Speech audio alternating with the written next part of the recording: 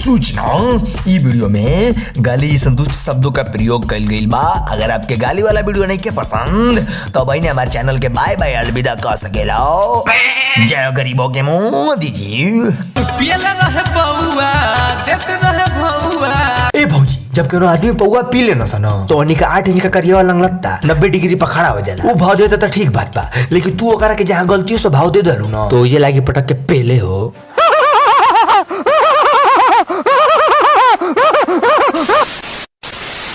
जय अंडुआर लौंडिया बाबा भाई लोग।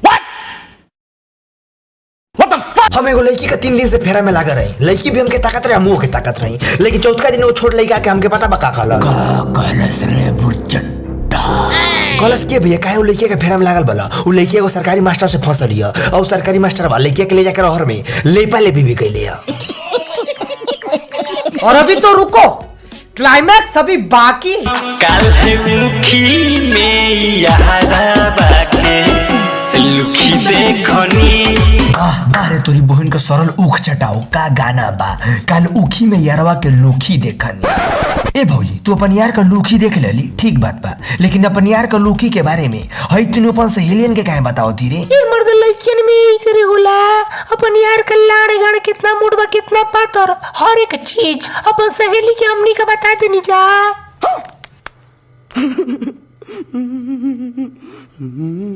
कल मुखी में यारा बाके लुखी देखनी। भाई भुसड़ी वाला के देखा तला फुलवरिया मुड़िया घुसा के मुतता। अरे बनर चुज्जा, मूत के भाग जल्दी, नहीं तो तोर लुखी में आधा हरियर आधा गुलाबी फतिंगा कचकचा के काट ली, लगबे चुकचियाए। थर थर कहाँ पे लगनी हो और दौड़ल भगनी हो। काहे भौजी कैसन ओकर लुखी रहे हो कि तू देख के अचानक लगलू थर थर कापे और दौड़ के भाग गेलू। लामा करिया मोटर है। अच्छा लामा करिया मोटर है जब हमनी रेखनी। लामा करिया मोट रहे जब हमनी रेखनी। अरे तोरी माई का लैंडी चो इहो गा दे। लामा करिया मोट रहे जब हमनी रेखनी। हाय सत चुलिया का गोनिया में बाबा लंड पुंडिया का पियर का चिनौटी। म्यूजिक।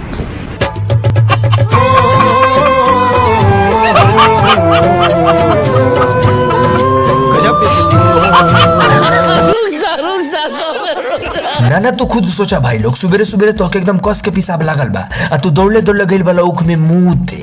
अचानक से तुहार गर्लफ्रेंड आके लागल तुहार पीछे से लुखी देखे तो तू का करबो। तुहार तो हमके नहीं पता, लेकिन हम ओकर हाथ में अपन लुखी धरावे में 1 सेकंड का भी देरी ना करब। कल मुखी में यारा बाके लुखी देखनी।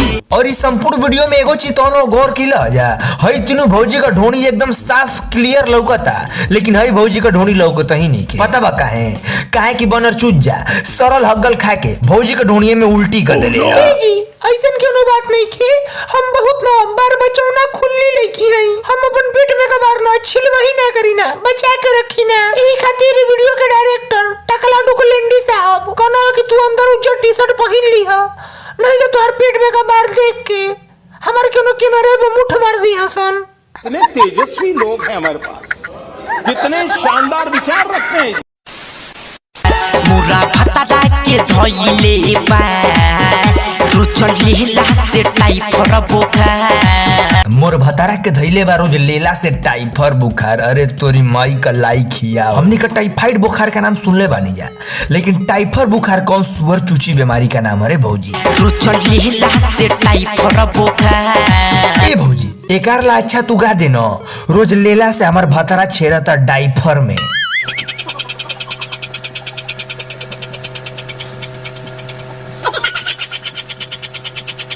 मुरा फटा के धइले बा रुचल लीला से टाइफर बुखार। ए भौजी हई टकला महाराज के देखा तली। हाँ। एकर नाम है जुलेली सिंस। इस सरवा दिन भर में न 15 हाली लेला। टाइफर बुखार तो छोड़, एकरा के साला फुनियो बुखार धरे से कांपेला। ये मर्दे हमार मर्दा के टाइफर बुखार ध ले बा आ तो के मजाक सूझता। टाइफर बुखार ठीक करे के कोनो इलाज बताओ। भौजी टाइफर बुखार तो पूरा ब्रह्मांड में खाली अंडुआर लौंडिए बाबा ठीक कर सकेला। तो जल्दी से बोलावा उनकी। ठीक बा बोलावा तनी। ओम अंडुआरे लौंडिया बाबा जल्दी से प्रकट हो जा, एगो बकचोद इंसान का गाड़ फटल जा रहल बा। लिल्ली फुल्ली खिल्ली गाड़ में ठोक दे सब कर किल्ली, का समस्या बा बेटा? ए बाबा प्रणाम, हमार मर्दा के नो टाइफाइड बुखार थो ले बा, टाइफाइड बुखार ठीक करे के कोनो इलाज बताओ। लिल्ली फुल्ली खिल्ली गाड़ में ठोक दे सब कर किल्ली, दवाई लिखा बेटा। हाँ बाबा बोली।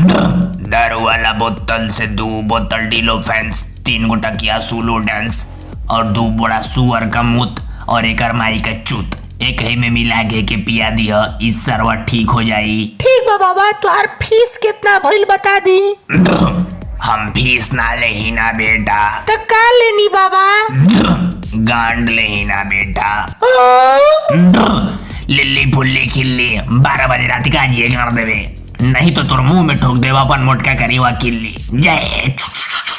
पहले तो चाहता अब तुमसे कोई चाह नहीं, तू कुत्ते से मारवा नहीं। पहले तो चाहता अब तुमसे कोई चाह नहीं, तू कुत्ते से मरवा परवाह नहीं। देखो जब एगो लड़का एगो लड़की से पहला प्यार करेला ना, तो लड़का उ लड़की के अपन पूरा समय भी देला, अपन पढ़ाई लिखाई छोड़ के, घर का काम छोड़ के, बाबू का काम छोड़ के, यहाँ तक कि खेत का काम भी छोड़ के उ लड़की में पेली आई रही दिन भर। और जब लड़की उ लड़का के धोखा दे दी ना, तो उ लड़का का दिल से ऐसा गाना निकलेला, तू कुत्ते से मारवा नहीं। तो भाई लोग तो उन लोगों से हम ये कहल चाहता नहीं कि पढ़ाई लिखाई पे ध्यान न जा और पैसा कमाए के चक्कर में पड़ जा, लेकिन के चक्कर में पड़ जा तो आज न तो कल धोखा मिल ही के। और एके धोखा मिलल बताई खाली कहता तू कुत्ते से मरवा परवाह नहीं ना, लेकिन जब तोके धोखा मिली ना तो बाबा अंडुआर लौंडिया का तोहार दिल से हई गाना निकली, तू तो हे से मारवा नहीं।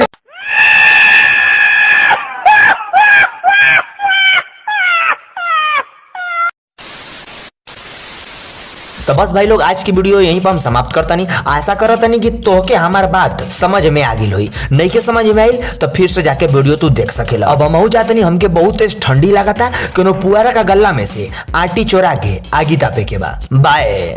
काल मुखी में यारा